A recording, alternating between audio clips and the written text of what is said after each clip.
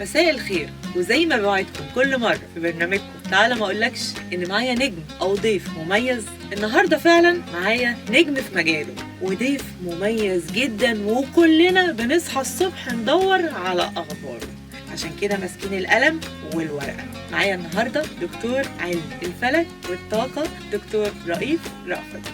اهلا بيك يا دكتور، منورني في تعالى ما اقولكش معايا مسامير. تسلمي لي. اخبار حضرتك والله إيه؟ الحمد لله بخير. واخبار ابراجنا ايه بقى في رمضان والعيد؟ الصحه والفلوس والشغل اهم حاجه. اكيد طبعا والحب طبعا. الابراج طبعا حلوه جدا ان شاء الله. فتره رمضان فيها تفاؤل ان شاء الله، فيها خير بسبب اكثر شيء الابراج اللي حتكون محظوظه بشهر رمضان والعيد الابراج الترابيه والمائيه اكثر، بسبب انه الزهره انتقلت للثور. الثور طبعا برج ترابي. الابراج الترابيه الثور، الجدي، العذراء. والابراج المائيه زي السرطان والحوت والعقرب، دول حظهم حلو، حيكون الاكثر حظا بفتره رمضان والعيد. طبعا دول حياخدوا النسبه، والباقي ما لهمش حظ. لا، في لهم حظ لكن بطريقه ثانيه ممكن نتكلم عليها اكثر، لكن دول اكثر حظ بالنسبه للابراج المائيه والترابيه بشهر رمضان والعيد. طيب احنا عايزين اول حاجه هندخل عليها برج الحمل. هو برج ناري وشويه بيقولوا عليه مغامر. تمام. ده حقيقي ان هو برج مغامر؟ طبعا الحمل يبدا من 21/3 ينتهي ب 20/4. هو طبعا برج زي ما تفضلتي مغامر وجريء ومتهور وصريح جدا. صراحتهم موديهم في داهيه كتير، وبيتعبوا كتير بصراحتهم. دايما بقول له للحمل هدي، خفف، اهدى شويه، اهدى، ما تستعجلش، ما تتهورش في اتخاذ القرارات. طبعا الفتره دي نحن بنقول برمضان عنده فتره رائعه جدا رمضان جدا. والعيد احنا هناخد الاثنين مع بعض. رمضان والعيد عنده نجاح ماليا في الدرجه التوب، في الفلوس توب. استرجاع فلوس، تحقيق مشاريع ماليه ان شاء الله. ده البرج الحمل من ناحيه اخرى بحذر برج الحمل برمضان والعيد بحاجه السلبيه بقى، انه ينتبه من بيع وشراء عقارات او يدخل في متاهات في مشاكل عائليه. وياخد باله من ادوات الحد والنيران وقت بيكون في داخل المطبخ، يعني كان شيف او كان ست برج الحمل تخلي بالها في المطبخ والادوات الحد والنيران. طيب الصحه، صحيا ينتبه على صحته شويه. الامور مش بتكون مريحه تمام، مش كويس، يحافظ على صحته. بس طبعا يعني بس هلا دخل عيد ميلاده برج الحمل، يعني هلا تدريجيا حيستعيد عافيته برج الحمل ان شاء الله بعد عيد ميلاده.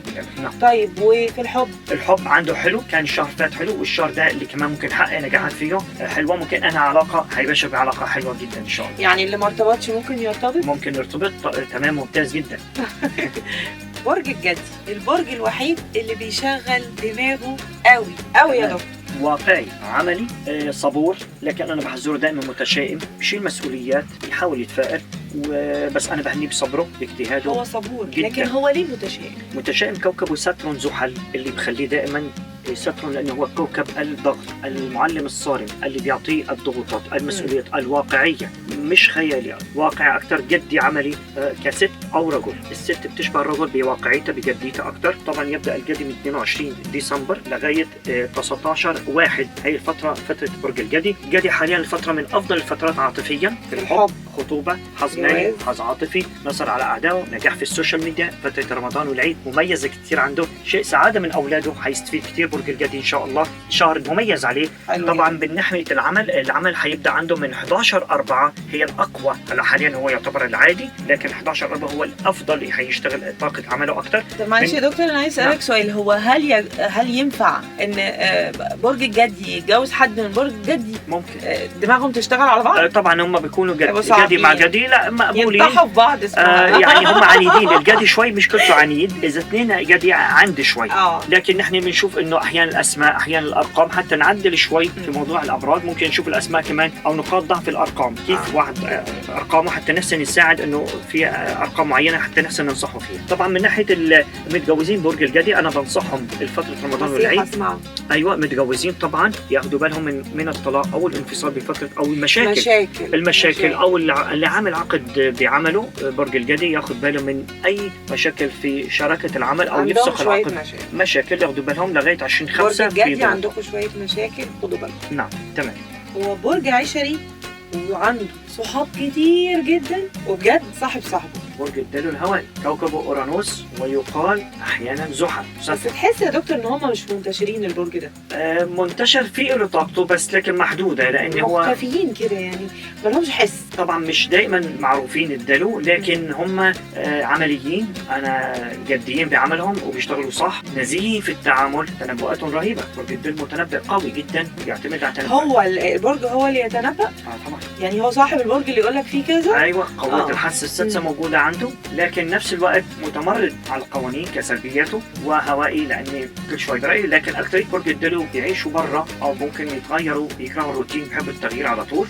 طبعا يبدا من 20/1 ينتهي ب 18/2، دي فتره برج الدلو. الفتره رمضان والعيد انا شايفه مميز عندهم بالاجواء العائليه الحلوه، هينبسطوا كتير برج الدلو بالجو الرمضاني والاعياد، يعني افضل فتره بالعائله والود العائلي اكتر والاجتماعات العائليه جدا. انا شايف انه صحيا وسط، او بمعنى شويه ضغوطات، شوي في ضغوطات، شوي في ضغوطات، خصوصا منطقه الظهر اكتر كمان الدلو. كل الناس منطقه الظهر الفتره دي في بعض الابراج مركزين اكتر على منطقه الظهر طبعا، وعلى عملهم ينتبهوا بالهم من مشاكل العمل في فتره رمضان والعيد، يربطوا اعصابهم خصوصا مع زملاء العمل. اللي حابب يغير او يبدل يدرس اموره اكتر في العمل. حاليا في الحب هيكون في شويه مشاكل عم بيحصل، مشاكل في الحب. العمل يعني نحن قلنا وسط العمل لا باس فيه، بس الفتره انا شايفها افضل عيني يا دكتور افضل فتره هي العائليه، شهر رمضان والعيد. هنيجي بقى للبرج، والله بحبك موت واحب برج الحوت.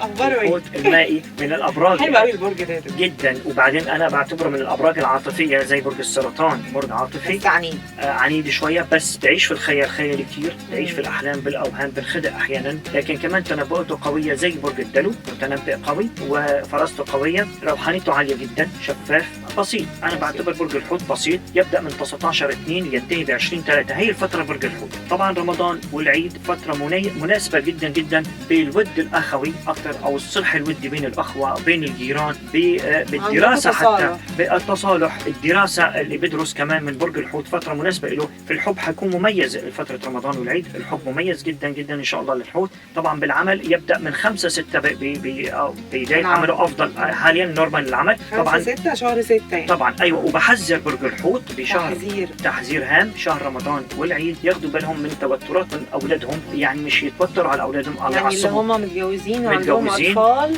يصبروا شوي على اولادهم وما يغامروش في الحظوظ. طبعا الحظوظ مش هتكون قويه، صحيا ممتازه، انا شايف صحيا هلا حاليا حلو، ما فيش اي مشاكل، لكن انا شايفه شهر مميز بين الصلح والود بين الاخوه والجيران. شهر رمضان والعيد ان شاء الله.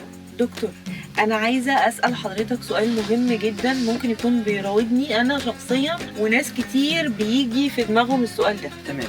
إيه هي الأبراج اللي بتحس بالحاجات قبل ما تحصل؟ حلو. يعني عندنا ناس كتير بتشوف الحاجة أو بتحسها قبل ما تحصل ويقولك إيه ده أنا حلمت بالحاجة دي. هل فعلا في نوعية أبراج كده ولا دي بتبقى روحانيات؟ لا، في أبراج كده كتير، أبراج يعني ممكن نقول في عندهم تنبؤات أو الحاسة السادسة بنقول، أو بأحلامهم يشوفوا الحلم وبيتحقق، أو بالواقع بيتوقعوا حاجات وبتحصل معهم كانت سلبية أو إيجابية. بس أنا عندنا في أبراج كتيرة، عندنا السرطان، كوكب القمر، لأن القمر متنبئ قوي بكبر السرطان، الميزان داخل بالموضوع، العقرب، الجدي، القوس، ممكن نقول كمان في عنده لأنه هو برج كمان روحاني زي الحوت، كمان الحوت ممكن نقول عنه متنبئ. في عندنا الدلو كمان. طيب معلش سؤال برضو تاني هيدخل في سياق السؤال ده. تمام. ايه الفرق بين اني اتنبأ بده او احس بده وبين ان انا برج روحاني؟ هلا البرج الروحاني هو اساسا روحانيته عاليه بالصلوات، في الدين، في الطاقه، هي موجوده عنده الطاقه، لكن ممكن يتنبأ لما دام عنده الروحانيه، لانه هو القوس اساسا هو مش متنبئ، ما فيش عنده الفراسه ولا الحاسه السادسه، مش موجوده عنده، لكن هو روحاني بيعمل اعمال خير مثلا، اعمال خير ممكن ربنا ايوه الطاقه الروحانيه عاليه جدا.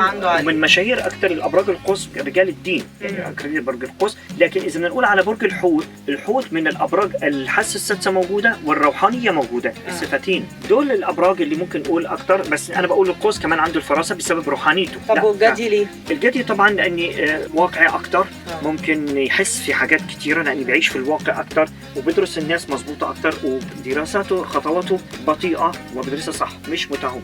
والميزان؟ الميزان ككوكب حظ عنده موجود هو فينوس الزهره، اللي ممكن يخليه كمان يدقق كثير ويدرس خطواته، يعني هو كثير حساس، حساسيته ممكن يشعر في التنبؤ بالحاجات. نعم.